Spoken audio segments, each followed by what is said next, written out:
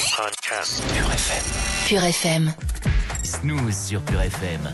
Spéciale dédicace dans la machine à café, Sébastien Ministru. Oui, j'aimerais, si vous le voulez bien, dédier cette petite machine à café à Jean-Pierre Autier, le directeur de La Première, qui nous a quittés ce week-end. Il nous a quittés vendredi en début de soirée. C'est Jean-Pierre Autier qui, le premier, m'a ouvert son studio radio. Je ne sais pas s'il a bien fait, mais en tout cas, moi, je lui dis merci. Sinon, la machine à café est évidemment consacrée à la soirée électorale. J'ai regardé la soirée électorale qui, pour moi, a commencé très tôt, à 16h, donc de 16h à 22h. Ça continue après, mais à 22h, j'ai jeté l'éponge. 6 heures de direct à regarder des politiques mal habillés pour vous dire que ma vie est misérable. Pour vous dire combien ma vie vaut la peine d'être vécue.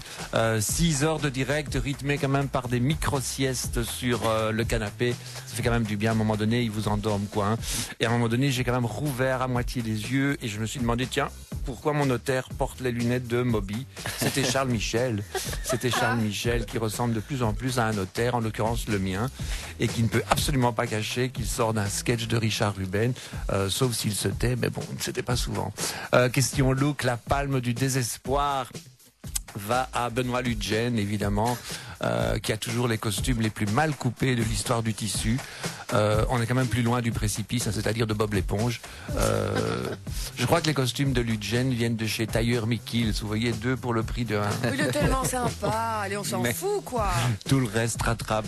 Est-ce qu'il fume encore? Je crois qu'il fume Parce que c'est encore. quand même le type qui jette ses mégots de cigarettes dans ses poches. Dans les en fait. poches de Il ses ne les jette pas, costumes. justement, pour pas les jeter par terre, il les garde dans sa poche.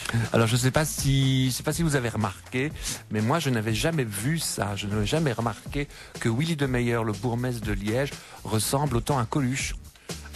Regardez bien. C'est Coluche, si Coluche était liégeois et vivant. Entre parenthèses quand même, ça il faudrait un jour que quelqu'un prenne enfin son téléphone pour dire aux filles d'écolo d'arrêter de mettre des tops verts lors des soirées électorales. Je crois qu'on a compris. Ceci dit, Fadila avait une veste rouge hier, je pense. Oui, mais elle n'est pas écolo. Oui, mais les PS. Ben oui, mais je crois qu'on a compris aussi. Donc voilà, mais moi je veux bien les appeler hein, s'il faut. Enfin, en même temps, un peu de couleur dans tout ce gris, je dirais.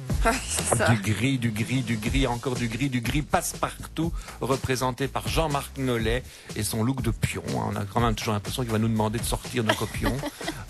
Au gris fofolle et qui s'éclate, incarné hier soir par Marie-Dominique Simonet, qui découvre John Galliano, on a l'impression, dans un mix à son Lolo Satati.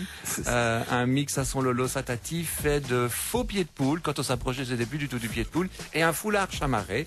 Marie-Dominique Simonet donc remporte le prix du look tapin d'Afalgan.